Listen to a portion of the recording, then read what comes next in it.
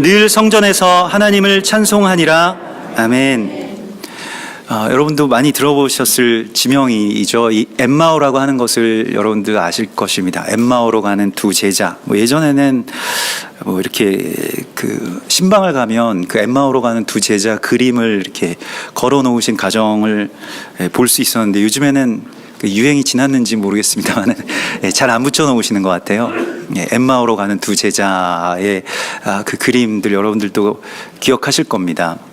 그 숲속에서 이제 이 어느 어둑한 그 길로 들어서려고 하는 제자들을 붙잡고 계신 그 예수와의 모습을 여러분 한번 떠올려 보시죠. 근데 엠마오라고 하는 그 곳은 원래 이 온천이 예전부터 있었던 곳이고, 물론 히브리인들은 온천을 이렇게 하는 문화가 없었습니다만은, 이제 그 외국에서 들어온 로마 군대나 그 전에 헬라인들이 와서 온천을 조금씩 이제 개발해 놓은 곳들이 있는데, 예루살렘에서 한 25리 정도 되는 곳에 이 엠마오라고 하는 그러한 곳이 있습니다. 그래서 거기로 접어들게 되는 그러한 이 중간 지역에서부터 엠마오로 가는 길이 이렇게 시작이 되고, 우리가 지난 1월 달에 우리 다음 세대 비전 트립에서 함께 그곳에 가서 예배도 드리고 했었는데요. 이 엠마오라고 하는 이름이 아주 포근하게 감싸준다라고 하는 그런 뜻입니다. 아주 포근하게 감싸주시는 그 주님, 마치 엄마의 어떤 그런 품과 같은 곳입니다. 우리가 늘 구하는 어떤 하나님에 대한 이미지일 수도 있겠고요. 또 우리의 삶 가운데서 계속해서 구하는 엠마오가 있을 것입니다. 그 엠마오는 우리를 위로해 주죠. 그리고 우리를 포근하게 감싸주고 그냥 늘 우리의 편이 되어주고, 별로 말도 없습니다. 어차피 나도 알아듣지도 못하고, 우리 아기 때 한번 여러분들 어머니 품에 안겨 있을 때의 기억을 한번 떠올려 보시면 아실 수 있을 겁니다. 무조건적인 사랑을 그냥 아무 의심 없이 누릴 수 있는 바로 그러한 그 시간들이죠. 그래서 아주 따뜻하고 포근하게 덮어주시는 그 하나님, 그게 어쩌면 그 신앙의 어떤 첫 출발이겠습니다. 하나님 다 우리를 그렇게 품어주시고 우리를 그렇게 낳으시고 길러주시죠. 그러나 어느 지점이 되면 계속해서 이 엠마오에 머물 수 없습니다. 주님의 품에 거기서 떠나야 되는 시간이 있죠. 그것은 어떤 결별이기도 하지만, 그러나 그것은 장성함의 기쁨이기도 합니다. 이삭이 젖을 떼는 날에 아브라함이 큰 잔치를 베풀었죠. 젖을 떼는 날 자체를 굉장히 큰 잔치날로 그렇게 여기고, 그렇게 그 이삭이 이제 장성한 분량의 이제 이가 막 이렇게 자라나고 장성한 분량으로 나아가는구나라고 하는 것을 이제 축하했는데요. 근데 그날 공교롭게도 이스마엘이라고 하는 그 애굽 여인 하갈의 아들이 이삭을 막 희롱하고 조롱하고, 그럴 때에 이제 그 하갈과 그의 아들을 쫓아내라, 내보내라라고 하는 그 하나님의 이 명을 받게 됩니다. 자기 자식이고, 물론 그것이 어떤 하나님의 언약의 자식은 아닙니다만은, 그러나 자신에게 큰 위로를 주고 또 큰 힘이 되었던 그 하갈과 그의 아들을 떼어내는 것, 이것은 아브라함의 젖을 떼는 이야기입니다. 그러니까 이삭이 젖을 떼는 날은 실은 아브라함이 젖을 떼는 날이었던 것입니다. 그래서 이 젖먹이의 이 단계에서 그리스도 예수와의 장성한 분량으로 이르게 되는 그 지점에는 반드시 젖을 땜의 이 역사가 일어나게 됩니다.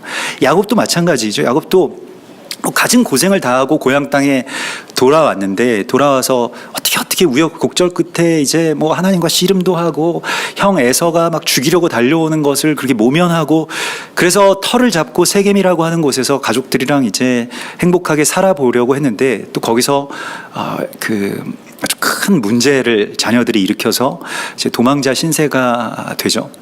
근데 그때에 이 창세기에 보면 이 젖을 때는 그 이야기가 또 나옵니다. 그래서 그 창세기 35장에 보면 야곱이 그 가족들에게 너희 귀나 뭐 손가락이나 발이나 뭐 몸에 붙어 있는 이 액세서리들을 다 가지고 와서 여기다가 다 묻자라고 말합니다. 액세서리를 땅에다 묻는다라고 하는 것은 정말 큰 어떤 결단이죠. 뭐 아마도 그 애인과 헤어졌을 때 아마 그런 일들을 뭐 해보신 적이 있는지 모르겠습니다만은 액세서리를 땅에 묻는다라고 하는 것은 그 전에 있던 어떤 사랑이 끝났다는 것을 말해요. 그래서 상수리 나무 아래에 야곱의 가족들, 이스라엘의 그 아들들과 그 가정들이 다 자신들의 액세서리를 땅에 묻습니다. 그 액세서리는 나의 어떤 애착이고 나의 젖과 같은 것이죠. 그런데 그 액세서리들만 묻은 것이 아니라 그 창세기 35장에 보면 리브가의 유모 드보라가 죽음에 유모가 죽고 그를 베델 아래에 있는 상수리 나무 밑에 장사했더라 이렇게 되어 있습니다. 같이 연결되는데요. 유모의 죽음이 나옵니다. 유모를 묻는 이야기가 나옵니다.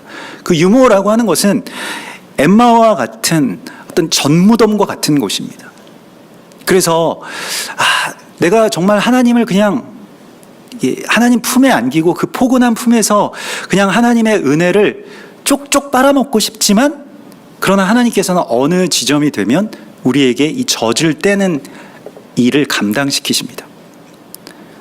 요즘에도 제가 뭐 저희 그 초등학생 아들들이 있는데 이제 새벽 예배 가기 전에 뭐 담요라도 이제 덮어주려고 이제 방에 가서 이렇게 담요를 또 다 흐트려 막 차고 뭐 난리가 나 있죠. 그러면 가서 담요를 이렇게 덮어주면 아이들이 아직도 애기처럼 이 젖을 이렇게 뭐 베네짓이라고 하나요? 그걸 이 젖을 막 쪽쪽쪽쪽 빠는 그런 그 입 그 모양을 이렇게 볼 수가 있습니다. 그래서 아직도 애기구나 뭐 이렇게 생각을 하면서 애들 위해서 기도를 많이 해야 되겠다 이런 생각들을 하는데, 근데 그 뭐 만약에 그 제가 계속 그 젖먹이로 쪽쪽 그 빠는 그러한 그 구강기를 아직 지나지 못하였다라고 한다면 그것은 참 안타까운 일이 될 겁니다. 그리고 별로 그렇게 뭐 우리 어머니도 지금 뭐 아직 건강하십니다마는 그래 나의 품에 안겨라 이렇게 말씀하시지는 않을 것 같아요. 네, 너 왜 그러냐, 정신 차려라 이렇게 말씀을 하실 것 같습니다. 엠마오로 가는 두 제자도 마찬가지였습니다. 예수님과 하나님에 대한 어떤 사랑을 항상 자기들을 포근하게 안아주고 도와주고 문제가 있으면 해결해 주시고 나의 등 뒤에서 항상 나를 위해서 보살펴 주시는 그 하나님으로만 생각을 했는데 그 품에서 하나님께서는 벗어나게 하시는 그런 역사를 일으키십니다. 그래서 그 에베소서 4장에 보면 우리가 이 어린아이의 젖먹이들의 입을 그러한 일을 버리고 그리스도 예수와의 장성한 분량이 충만한 데까지 이르게 되는데 어떻게 그리스도 예수와의 장성한 분량에 이르게 되는가? 이 에베소서 4장 13절에 보면 우리가 다 하나님의 아들을 믿는 것과 아는 일에 하나가 되어서 이 에하드, 이 하나됨을 통해서 예수와의 장성한 분량에 이르게 된다라고 말씀을 하고 있습니다. 그래서 이 하나됨이라고 하는 것이 굉장히 중요하고요. 그래서 그 뒤에 나오는 말씀이 오직 사랑 안에서 참된 것을 하여 범사에 그에게까지 자랄지라 이렇게 되어 있습니다. 그러니까 우리가 젖을 떼고 그에게까지 자라는 데 있어서 우리가 하나됨이라고 하는 것을 통해서 또 그것을 위해서 이 나에게 집중되어 있던 나를 포근하게만 안아주고 사람들은 나를 위해서 내 말을 들어야 되고 나를 위로해 줘야 되고 나에게 늘 친절해야 되고 뭐 그러한 어떤 세상이 아닌 정말로 어렵고 또 상처받고 상처 주고 나를 공격하고 나를 십자가에 못 박으려고 하는 그들 가운데로 갈 수 있는 바로 이 젖됨의 신앙을 하나님께서 오늘 우리에게 주시기를 원하신다고 말씀하십니다.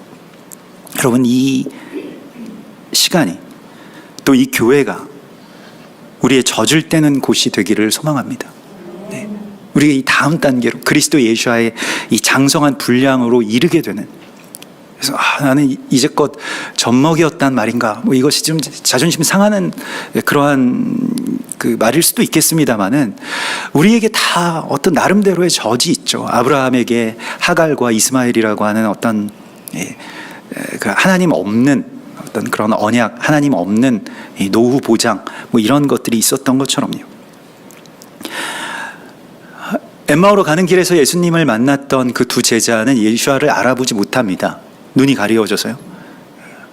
바로 직전까지, 그 전날까지 예수와에 대해서 아주 잘 안다고 말을 하고 있는, 그래서 심지어는 예수님 앞에서 예수님에 대해서 설명하고 있는 이 두 제자의 모습을 보게 됩니다.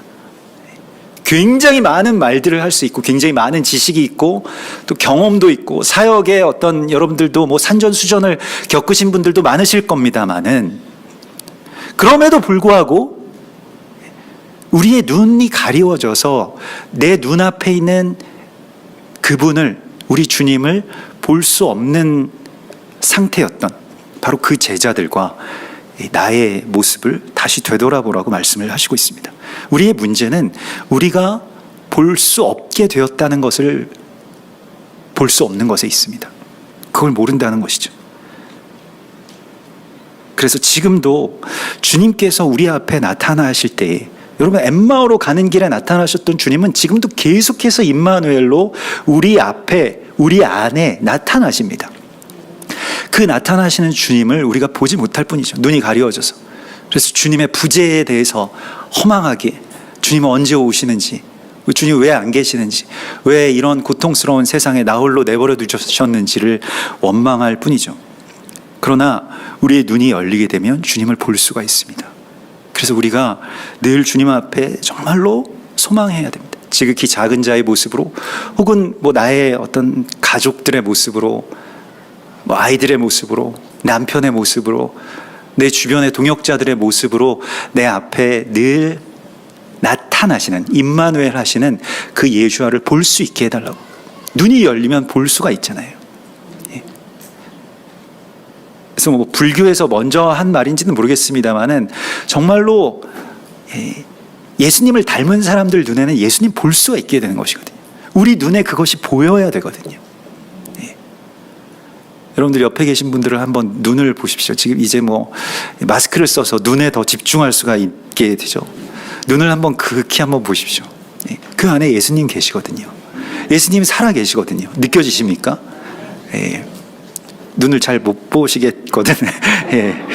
뭐 뚫어지게, 지금이라도 평상시에 이렇게 눈을 뚫어지게 보면 뭐 잘못했나 뭐 이런 생각이 들잖아요. 근데 이렇게 눈을 뚫어지게 한번 보면 그곳에 예수님이 보일 겁니다. 정말 자세히 보면 보이거든요. 여러분들 자녀들의 눈동자를 보시면 거기에 예수님이 계십니다. 정말로 예수님 계시죠. 여러분들 경험해 보셨을 겁니다. 너무 내가 이 아이를 너무너무 사랑하는데 그 아이의 눈동자에 또 그 아이를 사랑하고 있는 나의 모습이 비치죠. 우리 주님의 모습이죠. 우리 어디에서든 주님을 볼 수 있는 눈을 열어달라고 우리가 주님 앞에 간구해야 됩니다. 나의 눈을 열어서 주님의 그 기이한 일들을 보게 하소서라고 하는 이 시편 119편의 다윗의 기도처럼요. 그런데 오늘 예수님을 알아보지 못했던 제자들이 어떻게 눈이 열리게 됩니까? 그 두 번에 걸쳐서 눈을 예수님께서 열어주시는 모습을 보게 되는데요. 먼저는 떡을 떼어서 그들에게 먹여주실 때에, 축사하시고 먹여주실 때에, 일종의 성찬이라고 할 수가 있겠는데, 그 떡을 먹는 순간 눈이 열리게 됩니다. 그래서 우리가 말씀을 먹어서 눈이 확 뜨이는 역사가 우리 안에서 일어나게 될 것입니다. 그들과 함께 음식 잡수실 때에 떡을 떼어서 그들에게 주시니 그들의 눈이 밝아져 그인 줄 알아보더라, 이렇게 되어 있죠.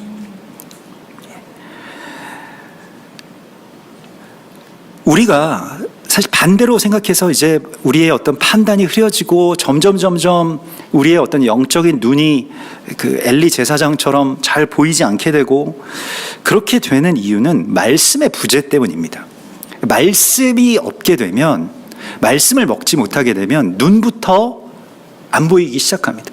육신의 눈은 뭐 어떻게 뭐 안경 쓰고 뭐 라식하고 라섹하고 뭐 이렇게 해서 보일 수 있다고 할지라도 이 영의 눈의 건강은 말씀을 통해서만, 말씀을 우리가 계속해서 이것도 먹어야만, 말씀을 먹는 것입니다. 그것을 먹어야만 눈이 열린다라고 말씀을 하시고 있습니다. 그래서 눈을 위해서 뭐 여러 가지 뭐 좋은 약들도 챙겨 드시고 뭐 뭘 먹으면 눈이 뭐 밝아지더라 뭐 이렇게 말씀들을 하시지만, 이 말씀이 바로 우리의 눈을 열어서 주를 보게 하시는 능력이 있습니다. 그래서 내 눈을 열어달라고, 항상 이 우리 눈에 뭘 제일 많이 보여주는가라고 하는 거 굉장히 중요한데, 여러분의 눈으로 이 하루 동안에 무엇을 많이 보게 되는가, 가장 먼저 무엇을 보게 되는가. 사실 우리가 아침에 일어나서 뭐 눈에 뭐 눈곱이 붙어 있거나 뭐 하여튼 그렇다면 눈이 잘 안 떠지거나 이러면은 아무튼 씻어서 눈을 좀 보려고 할 겁니다. 이 눈을 보게 하는 이 일들을 매일매일 정말로 아침에 일어나서 뭐 세수하듯이 또 밥 먹듯이 그렇게 우리가 한다면 주님께서 지금 제자들의 눈을 뜨게 하셔서 그 앞에 다시 살아서 오신 주님을 볼 수 있게 해주실 것입니다. 그것만큼 기쁜 일이 어디 있겠습니까? 내 눈으로 주를 볼 수 있는 그 기쁨이라고 하는 것은 정말로 놀라운 경험입니다. 근데 오늘 그들과 함께 가셔서 그들 가운데 말씀하실 때, 오늘 이 25절의 말씀에서 미련하고 선지자들이 말한 모든 것을 마음에 더디 믿는 자들이여 라고 하시면서 탄식하시죠. 그 미련함에 대해서 우리도 사실 참 많이 미련하고, 이게 뭐 주님이 우리를 뭐 이렇게 비방하시는 것이라기보다는 참 어떻게 그렇게 모르겠냐라고 하시는 어떤 탄식이죠.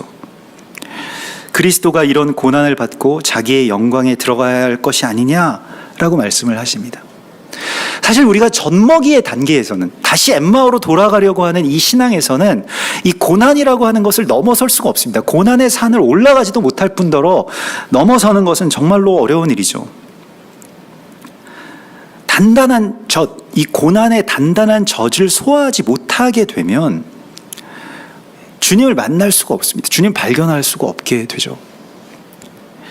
고난 없이 주님과 어떻게 가까워집니까? 그 주님과 나와의 거리는 고난에 반비례하는 것입니다. 고난이 많을수록 주님과는 더 가까워지게 됩니다. 이사야서 53장은 고난당하는 메시아에 대한 예언으로 가득 차 있는데요. 근데 유대인들이 이거 받아들일 수가 없었어요. 그래서 지금도 이 유대인들은 이사야서를 읽는 것을 참 힘들어한다고 합니다. 그래서 이사야서에 대해서 잘 연구도 하지 않고, 이사야서에서 이 고난당하는 메시아에 대한, 고난당하는 종에 대해서 참 어려워하고 실제로 잘 받아들이지 못한다고 합니다. 뭐 왜 그럴까 이렇게 생각하시는 분들도 있겠습니다만, 실제로 그들이 고난의 실체를 너무나도 잘 겪어봤기 때문입니다. 고난을 아는 사람들은 고난에 대해서 그렇게 함부로 말하기가 어렵습니다. 가난을 아는 분들은 가난에 대해서 함부로 뭐 가난하면 뭐 그래도 잘 살 수 있어, 행복해, 이렇게 말 못하시죠. 가난 경험해 보신 분들은 아실 것입니다. 사람들에게 그러나 고난 없이 예수를 믿고 구원을 얻고 행복한 삶을 살다가 영생을 누릴 수 있다라고 하는 말은 성경의 어떤 정말 일부만을 보여주는 것입니다. 그 전부를 사실 다 알아야, 처음부터 끝까지를 다 하나님은 말씀하셨는데 우리가 그걸 나머지는 가리고 하나님 예수 믿으면 이렇게 될 수 있습니다 라고 말하는 것은 진리를 가리는 일이라고도 할 수가 있겠습니다. 근데 사실 뭐 이해는 되는 것이, 사람들에게 거리로 나가서 예수 믿고 고난 받으십시오 뭐 이렇게 말하면 뭐 좀 이상한데 뭐 이렇게 얘기할 거 아니겠습니까? 예수 믿으면 여러분 고난이 샘솟아 납니다. 뭐 이런 말들을 이게 그 축복으로 받아들일 수 있는 사람이 어디 있겠습니까? 네. 제가 뭐 얼마 전에 어떤 이렇게 정말 믿음 좋으신 분과 가끔씩 이렇게 대화를 하는데 이제 그분이 자기 아버지, 장인어른, 이런 그 얘기를 하시는데, 재정적으로도 이제 좀 많이 이렇게 어려워서 같이 이렇게 또 기도도 하고, 그런 기도 제목도 나누고, 그러던 차에, 예전에도 그런 이야기들을 어느 정도 알고 있는데, 이번에, 아버지가, 장인어른이, 그러니까, 이렇게 100억 넘게 어디선가 막 끌어모아가지고 큰 어떤 골프장 이제 그 사업을 하시게 됐다. 근데 그게 하나님의 뜻이 아닌 것 같고, 그리고 이 아버지는 항상 성공하셔서, 이 어른은 늘 그 성공이라고 하는 저제에 이렇게 취해 계셔서 자기는 뭘 하든지 이렇게 성공한다라고 하는 어떤 그런 그 지론을 이제 갖고 계시고 자신감도 굉장히 넘치시는데, 기도하고 있다는 거예요. 하나님의 어떤 시나리오대로 한 번에 우리 아버지가, 우리 장인어른이 한 번에 망하게 해달라고, 그래서 저한테 기도 좀 같이 해달라고, 그래서 제가 또 그런 기도는 또 전문이잖아요. 그래가지고 같이 망하게 해주시라는 기도. 그거 아니면, 근데 사실 그렇게 기도하기가 쉽겠습니까? 아니, 아버지가, 장인어른이 성공하시면 좋죠. 안 그래도 어려운데 여기 와서 뭐 하나 해 이렇게 말씀하시는 걸 다 거부하고 차라리 망하게 해주십시오라고 기도하는 이유가 무엇일까요? 그렇지 않고서는 우리 아버지가 하나님 알 수가 없고 믿을 수가 없는 것을 알기 때문에 여기에서는 망하는 일 외에는 방법이 없다는 거예요. 얼마나 절실하고 절절한지요. 그러면서 이런 말을 하시는 거예요. 내가 정말 지금 이제 그런 거 다, 그런 도움들, 그런 어떤 세상적인 어떤 그 미혹들 다 끊고 지금 이렇게 가난하게 사는데, 그 나의 가난이 우리의 아이들에게 주님을 찾는 길이 될 수 있다면 얼마든지 가난하겠다고 그렇게 얘기하시더라고요. 사실 그런 아버지들이 그렇게 많지는 않죠. 항상 나의 가난 때문에 얘네들을 잘 보살펴주지 못한 것 같고, 공부도 제대로 못 시킨 것 같고, 옷도 제대로 못 입힌 것 같고, 그래서 항상 마음이 어렵고, 그래서 어떻게든 조금이라도 어떤 수를 써서라도 이 아이들을 좀 잘 이렇게 양육할 수 있으면 좋겠다, 이런 생각을 하지만, 실은 이 가난을 통해서 하나님을 알게 되고 하나님 만날 수 있다면 이거보다 더 값진 것이 어디 있겠습니까? 그래서 저도 마음속으로 그렇게 생각했습니다. 우리 아버지가 그때 그렇게 실직하시고 막 대기업에서 막 승승장구해서 열심히 사셨으니까 그럴 수도 있었겠죠. 어떤 선택을 했다면. 근데 그렇게 살지 않으시고 회사에서 이렇게 사직하시고 점점 어려워지시게 된 것에 대해서 그렇지 않았으면 내가 과연 이렇게 주님을 만날 수 있었을까? 또 주님을 이렇게 예배할 수 있었을까? 또 이런 사역을 하는 사람이 될 수 있었을까? 이런 생각을 하니까 아니더라고요. 그래서 한번 다시 그 시간으로 돌아가서 이렇게 인생에 가정은 없지만 시뮬레이션을 한번 해봤습니다. 내가 굉장히 부자로 주변에 이제 친구들이 있으니까 그렇게 살아왔던 사람들도 있으니까요. 그렇게 보면서 그렇게 그냥 부잣집에서 부자 친구들과 부자 놀이를 하면서 살아왔다면 지금쯤 나는 어디에 있을까? 근데 제가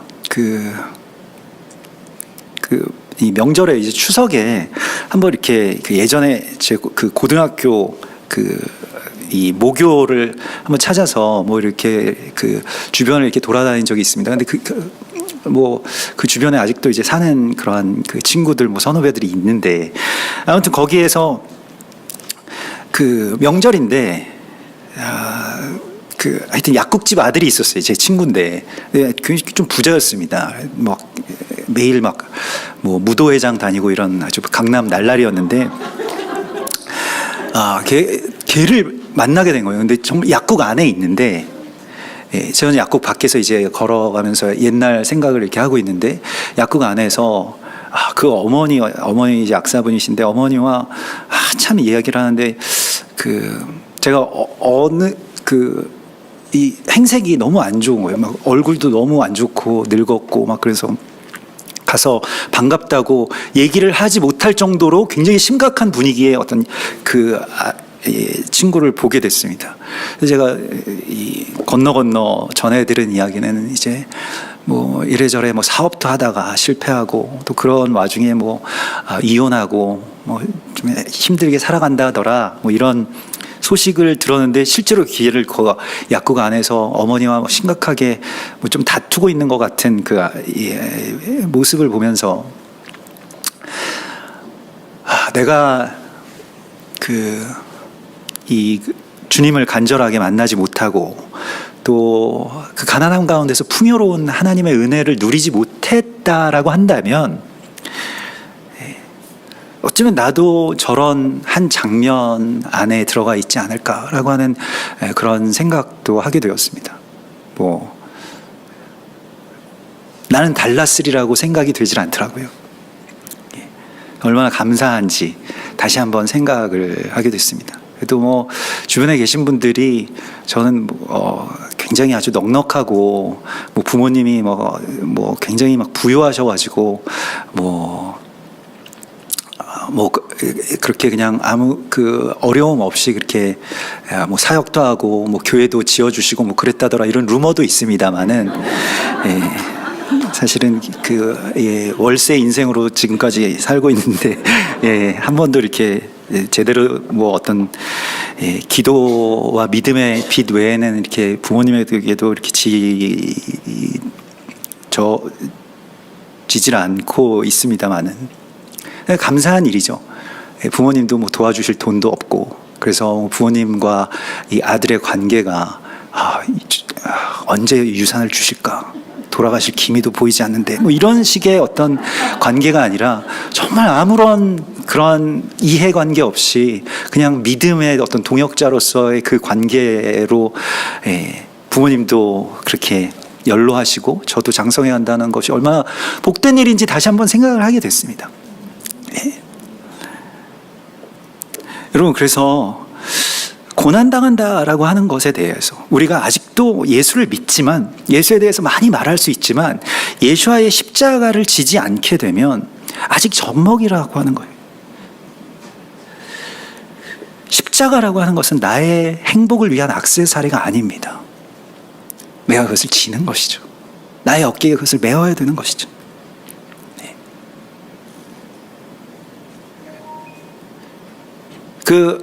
예수 믿은 지 얼마 안 됐을 때 우리 어머니가 금을 좋아하셨었거든요. 그래서 돈만 생기면 금을 사셨는데 살 때마다 금값이 올라가지고 재미가 들리셔가지고 금보성이라고 하는 금은빵집이 있었는데 아무튼 그곳에 아주 단골이었어요. 그래서 지나갈 때마다 뭐 저한테도 그 아저씨가 인사할 정도로 아주 금 단골이셨는데 예수를 믿은 다음에도 그 어떤 패턴이 있을 거 아닙니까? 근데 이제 예수님을 믿게 됐으니까 십자가 금목걸이를 사야 되겠다 이렇게 생각하셨던 거예요. 십자가 금목걸이 진짜 멋있는 걸 사셨어요. 뭐 안에 큐빅인지 다이아인지는 모르겠습니다. 모두 박혀 있고.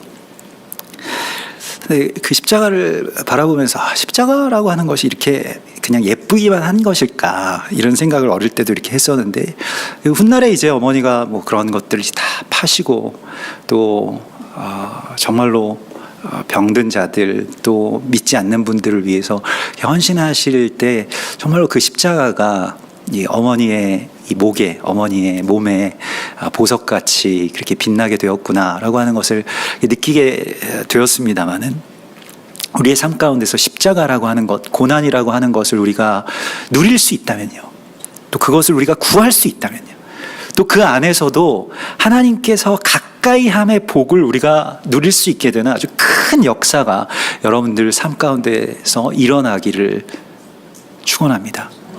그래서 이 고난을 통해서 간절함을 얻게 되고요. 또 그 간절함 가운데서 지금 이 엠마오로 가는 두 제자들은 예수님에게 정말 간권하죠. 아주 간청합니다. 그래서 예수님의 옷자락을 붙들고 안 보내줍니다. 사실은 이것이 그 제자들의 힘이었죠. 예수님 제자들 맞구나 이런 생각이 드는데, 예수님을 보내지 않는 이 한번 기회를 잡았을 때 그 놓지 않는 것이 굉장히 중요하거든요. 그래서 이 진돗개 신앙이라고 하는 것이 꼭 전도에서만 적용되는 것이 아니고, 한번 물면 안 놔준다라고 하는 것이, 예수님을 한번 붙들면 그 놓지 않겠습니다라고 하는 이 기계가 우리에게도 필요합니다. 야곱이 주님과 씨름할 때 그랬잖아요. 그냥 뭐 주시면 좋고 안 주시면 말고 이런 것이 아닙니다. 우리가 오늘 이 예배 가운데서도 꽉 붙들고 간청하는 것이죠. 어떤 시간 가운데서 주님 앞에 정말로 간청해야 됩니다. 주님, 여기에 계시옵소서. 지금 이 제자들은 그 임재를 간청하고 있습니다. 주님, 나에게 오시옵소서, 여기에 계시옵소서. 이거 항상 우리가 주님 앞에 간청해야 됩니다. 여호와를 간절히 찾는 자들이, 잠언 8장 17절의 말씀에서 여호와를, 나를 사랑하는 자들이 나의 사랑을 이루며 나를 간절히 찾는 자가 나를 만날 것이다 라고 말씀을 하십니다. 우리가 주님 못 만나게 되는 이유는 사실은 간절하게 찾지 않고 간절하게 붙들지 않았기 때문이죠. 그러나 주를 찾고 또 찾고 간절하게 붙들면 주님의 임재를 우리가 누릴 수가 있게 됩니다. 이것을 우리가 원하는 거예요. 우리의 원함의 회복이 있어야 되는데, 그 원함의 방향에서 전에는 그냥 나의 어떤 문제를 해결해 주시고 포근하고 뭐 이런 하나님이 나를 도와주시는 것이 아니라, 주님이 내 안에 계시는 것에 대해서 주님 앞에 간청하시기 바랍니다. 주님 앞에 이것을 구하라고 말씀을 하십니다. 주님께 대한 간청을 드리십시다. 우리 주님 여기에 계시옵소서라고 하는 이 기도요, 굉장히 힘 있는 기도이고요. 그래서 오늘 이 부활의 예수님께서 그들의 눈을 열어주셨을 때 그들이 눈으로 보면서도 두려워서 영이 아닐까 이렇게 생각을 했다는 거예요. 그런데 주님께서는 우리에게, 그 제자들에게 이렇게 말씀을 하십니다. 내 손과 발을 보고 나인 줄 알라. 또 나를 만져보라. 영은 살과 뼈가 없으되 너희 보는 바와 같이 나는 있느니라. 이렇게 말씀을 하십니다. 여러분, 영지주의를 들어보셨을 것입니다. 뭐 영지주의, 뭐 다른 여러 가지 무슨 뭐 음모론과 뭐 여러 가지 이야기들이 있습니다만, 영지주의라고 하는 것은 그냥 주님은 영이시다, 뭐 이런 것입니다. 하나님의 아들이고 영이시다. 거기서 그냥 종교적으로 그러한 신화를, 그러한 사실을 그냥 믿으면 구원을 얻는다라고 하는 그 신앙이 영지주의라고 할 수가 있겠습니다. 그러나 주님께서는 나는 영일 뿐만이 아니라 나는 육이다 이렇게 말씀을 하십니다. 나는 여기에 있다라고 말씀을 하십니다. 그러면서 오늘 45절에 이에 그들의 마음을 열어 성경을 깨닫게 하시고, 성경을 이제 마음을 열어서 깨닫게 해주시면 성경 말씀을 다시 먹여주시는데요. 말씀의 떡을 먹여주셨을 때 눈이 열리고요. 그 다음에 마음을 열어서 다시 말씀을 먹게 해주십니다. 그러면서 이 두 가지의 이 말씀의 떡덩어리를 주시는데, 첫 번째가 고난을 받고 제3일에 죽은 자 가운데서 살아날 것. 그러니까 고난 받으시는 종, 고난의 신비. 고난과 십자가는 예수와 이전에는 신비의 영역에 속해 있습니다. 지금도 히브리인들에게 고난이라고 하는 것이 어려운 것처럼, 받아들이기 어렵고 하나님이 살아계시다면 왜 우리에게 고난을 주시는가라고 하는 것에 대해서 아직도 풀리지 않은 것처럼, 고난은 예수와의 십자가로 말미암아서 열린 지혜의 계시입니다. 고린도전서 1장 18절에 십자가의 도가 멸망하는 자들에게는 미련한 것이요 구원을 받는 우리에게는 하나님의 능력이라 라고 말씀을 하셨습니다. 능력이에요, 고난이라고 하는 것이. 그래서 이 고난 당하여야 할 것에 대해서 주시는 말씀을 받아 먹으라고 말씀하십니다. 그 말씀에 대해서 우리가 알죠. 그러나 고난을 예수님께 이렇게 몰아주기 식으로 몰아주는 것은 이게 영지주의적인 종교입니다. 그러나 예수님이 그 십자가를 지셨기 때문에 십자가 사건이 끝난 것이 아니라, 오늘날 끊임없이 우리에게 이 십자가를 같이 지고, 이 십자가를 대신 지고 이 산을 향해서, 세상을 향해서 나아가라고 말씀하시는 그 주님의 말씀이, 고난당하는 종에 대한 말씀을 우리에게 먹으라고 주시는 주님의 위임입니다. 이 말씀을 위임해 주시는 거예요. 그냥 말씀을 들려주시는 것이 아니라 말씀을 우리에게 맡겨주시는 것입니다. 그래서 그것이 첫 번째의 떡덩이고요. 두 번째가 무엇이냐면 47절에 보면 또 그의 이름으로 죄사함을 받게 하는 회개가, 예루살렘에서 시작한 그 회개가 모든 족속에게 전파될 것이 기록되었으니, 이 한 세 사람의 비밀을 말씀하십니다. 이게 지금 우리가 보기에는 뭐 당연한 이야기인 것 같지만 유대인들이 보기에는 이방인들에게는 구원이 없다, 이게 끝이거든요. 그냥 하나님이 여기 닫아 놓으셨다, 이방인들 다 멸망한다, 이런 것인데, 그렇게 가려져 있었던 것이 말씀을 봐라, 그게 아니다. 너희가 이 이방인들을 붙들게 될 것이고, 또 이방인들, 나중된 자가 먼저 되어서 주님 앞으로 돌아오게 될 것에 대해서 풀어주셨다는 거예요. 한 세 사람의 비밀에 대해서. 열방이 다 나에게 속한 것이고, 나는 그냥 이 가나안 땅의 지역신이 아니고 너희의 어떤 민족의 수호신이 아니라 온 열방과 온 인류와 온 피조물들의 창조주인 하나님이다 라고 하는 것을 창세기부터 전체가 다 그런 말씀으로 이루어져 있고 한 세 사람의 비밀들로 가득 차 있음에도 불구하고 이방인들에 대해서 아무런 마음과 아무런 생각도 갖고 있지 않았던 그들에게 주님께서 말씀을 위임해 주시면서 이 이방인들의 이야기가 바로 오늘 이 성경에서 주님께서 주신 이 두 번째 떡덩어리입니다. 이 떡 두 덩이라고 하는 것이 오순절에 그 오멜 계수에서 하나님 앞에 다 드린 백성들이 위임받게 되는 하나님 말씀이에요. 성령 안에서 우리 가운데 주시는 이 두 말씀, 우리가 고난의 십자가에 참여하게 되는 것과 또한 온 복음이 회개, 죄사함의 회개가 열방 가운데로 전파되어야 할 것, 이 두 가지를 하나님께서 우리에게 위임해 주셨습니다. 그래서 오늘 46절에 보면 너희는 이 모든 일에 증인이라 이렇게 말씀을 하고 있습니다. 마르티스, 말티레스, 여기서는 이렇게 너희가 증인들이다 이렇게 해서 마르티레스 이렇게 말씀을 하시는데, 이것은 너희가 여기에 대한 증거이고, 그리고 이 증거를 하기 위해서 이 말티레스라고 하는 것은 순교자라는 뜻입니다. 그래서 여기에 목숨을 건 자들이 되라고 말씀을 하십니다. 여기에 너희의 생명이 달려 있다고 말씀하세요. 그래서 말씀을 하시는 것이 아니라 말씀을 주시고요. 이게 사실 중요한 것인데, 말씀이 육신됨의 증인이 바로 우리라고 말씀을 하시고 있습니다. 여러분, 오늘 예수님께서 나는 있느니라 이렇게 말씀하셨잖아요. 이 말씀이 어딘가에서, 구약의 어딘가에서 굉장히 중요한 시점에서 들려왔던 거 아십니까? 호렙산에서 모세에게 나는 있느니라, 이 여기 에고 에임이라고 하는 나는 있느니라라고 하는 이 말씀은 구약에서 나는 있느니라라고 하는, 그래서 나는 뭐 스스로 있는 자니라 이렇게 우리가 번역을 합니다만은, 똑같이 번역하자면 나는 있느니라는 거예요. 그 있느니라라고 하는 것이 무엇일까요? 나는 육을 입고 존재하는 자다. 나는 영으로, 아니면 성경의 어떤 성경책 안에, 신화 안에, 과거 안에 갇혀 있는 자가 아니다라고 하는 것을 주님께서 우리 가운데 선포하십니다. 하나님은, 예수와는 있는 분이십니다. 그 있는 분이 어떤 일을 하시는가? 우리를 통해서, 나를 통해서, 또 우리의 동역자들을 통해서 끊임없이 존재하십니다. 존재로 드러나시는 거예요. 그것이 있느니라라고 하는 것의 비밀입니다. 이것이 부활입니다. 물론 부활은 죽었던 예수와께서 무덤을 뚫고 나오신 그 사건이기도 하지만, 오늘 무덤과 같은 우리들의 육체에서 그리스도 예수와가 있는 것입니다. 드러나는 것입니다. 예수와께서 우리를 통해서 이 세상 가운데 나타나시는 것입니다. 세상에 정말 흉흉한 일들이 많고 문제가 많아서 누가 어떤 잘못을 저질렀는지도 모르겠습니다만은, 중요한 것은 예수와의 있음을 선포해야 될 이 증인들의 몫이 지금 이 세상을 살리는 관건입니다.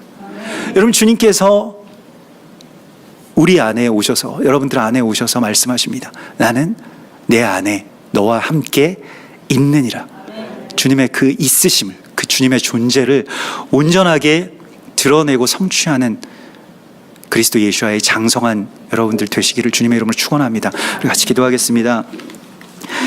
주님, 참으로 어제도 있으셨고 오늘도 우리를 통해서 있으신, 그리고 내일도 우리의 자녀들과 다음 세대를 통하여서 이 땅 가운데 계실 우리 주님의 약속을 믿고 찬송합니다.